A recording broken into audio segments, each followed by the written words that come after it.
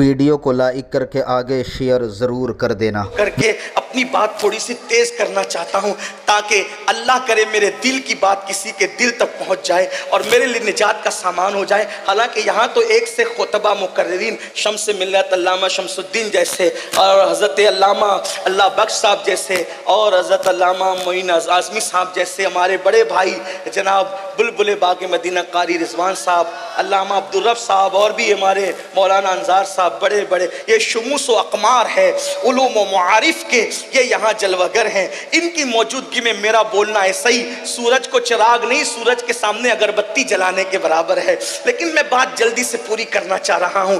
تو غربت کے لیے ایک تو زکوٰۃ ہو گئی، دوسری چیز آج مسلمانوں کی فکر یہ بن گئی کہ زکوٰۃ ہی میں سب نپٹانا چاہتے ہیں 2.5% میں، اس کے لیے بھی زکوٰۃ لے لو، اس کے لیے بھی زکوٰۃ لے لو، اس کے لیے بھی للہ رقم بھی تو نکالو، صدقہ نفلی صدقہ بھی تو نکالو۔ حدیث پاک میں آتا ہے تمہارا نفلی صدقہ جب تم کسی کو دیتے ہو، نفلی زکوٰۃ تو مستحقی کو دی جائے گی ورنہ ادا نہیں ہوگی، لیکن نفلی صدقہ سب کو دیا جا سکتا ہے۔ جب ہم نفلی صدقہ دیتے تو اس کی فضیلت یہ ہے کہ جس کو نفلی صدقہ دیتے ہو اس کے ہاتھ میں بعد میں آتا ہے، پہلے وہ اللہ کے دست قدرت میں پہنچتا ہے۔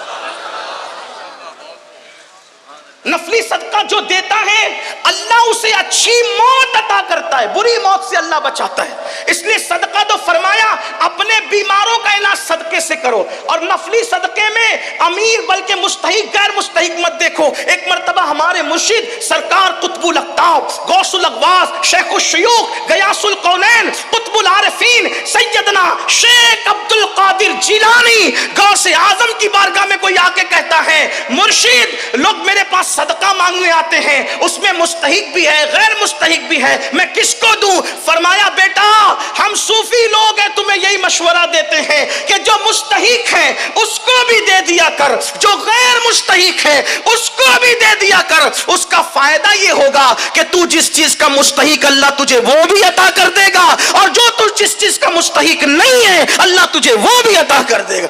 جب تو غیر مستحق کو دے گا تو اللہ تجھے بھی عطا فرمائے گا۔ اس لیے صدقے کو عام کریں۔ پھر اس کے بعد اور بھی غربت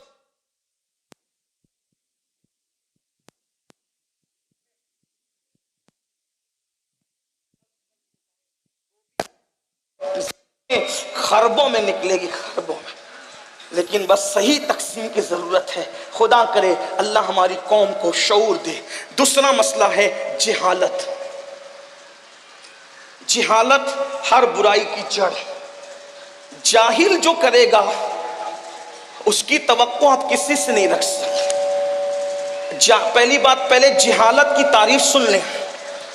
جہالت اس کو کہتے ہیں علم نہ ہونے کی بنیاد پر اطاعت الہی سے منہ موڑ کر ہر کام دنیا کے لیے کرنا، یہ جہالت ہے۔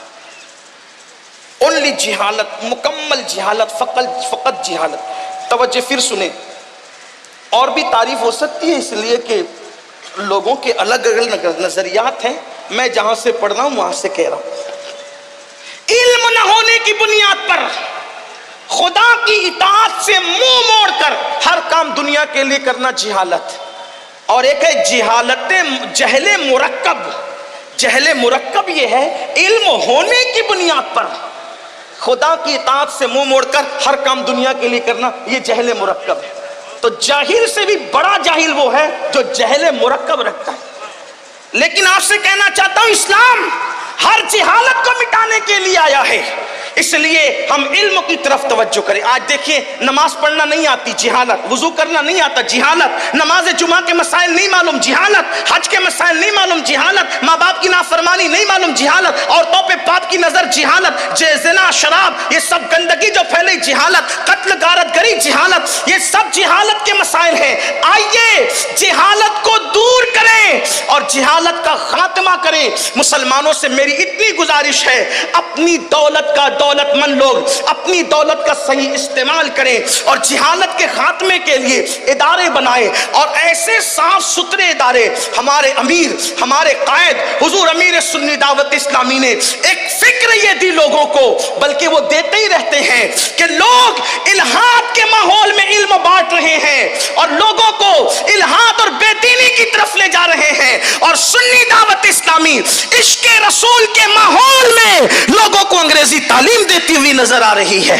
اس کے لیے الحمدللہ شروعات ہوئی تو بہت سے اداروں کا قیام بھی آ گیا، آپ جسے جانتے ہیں۔ میرے آقا علیہ السلام کے پیارے دیوانوں، ہمارے دل کا درد تو یہ ہے، مسلمانوں کے پاس اللہ نے اتنی دولت دی ہے، اگر ہم صاف و شفاف ادارے بنائیں، بلکہ میرا ایک مشورہ تو یہ بھی ہے، مندی کے اس دور میں مالداروں کو چاہیے کہ فیکٹریاں قائم کرنے کی بجائے کالج، اسکولز اور یونیورسٹیاں قائم کریں۔ یہ ایک بہترین تجارت بھی ہے اور قوم کے مفاد میں بھی ہے۔ صرف درد بھرے نعرے مسائل کا حل نہیں ہے۔ اور ایک بات یہ بھی کہتا ہوں، مہنگے گنبد و مینار بنانے کی فکر چھوڑ دو۔ گنبد و مینار پر جتنے کروڑ خرچ کرتے ہو، ان گنبد اور مینار والوں کے نام پر، انہی کے نام سے یونیورسٹیاں اور ادارے قائم کر دیے جائیں۔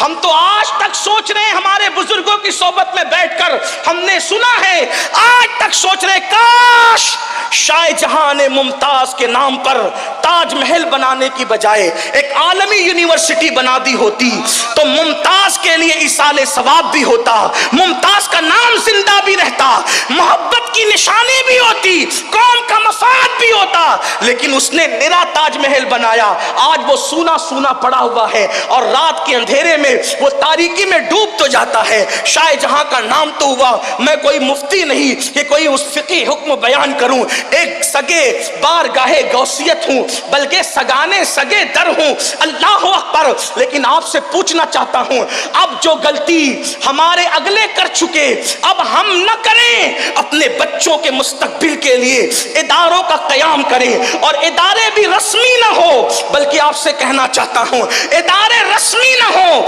جہاں صرف سرٹیفکیٹ نہ بٹتا ہو، بلکہ جہاں واقعی انسان بنائے جاتے ہوں، کیونکہ میرے آقا روئے زمین پر اچھی عمارتیں بنانے نہیں آئے تھے، بلکہ میرے آقا روئے زمین پر اچھے انسان بنانے آئے تھے۔ صفا کے چبوترے پہ بیٹھ کر رسول اللہ نے جو انسان بنائے، آج اس کی مثال زمین پر نہیں ملتی۔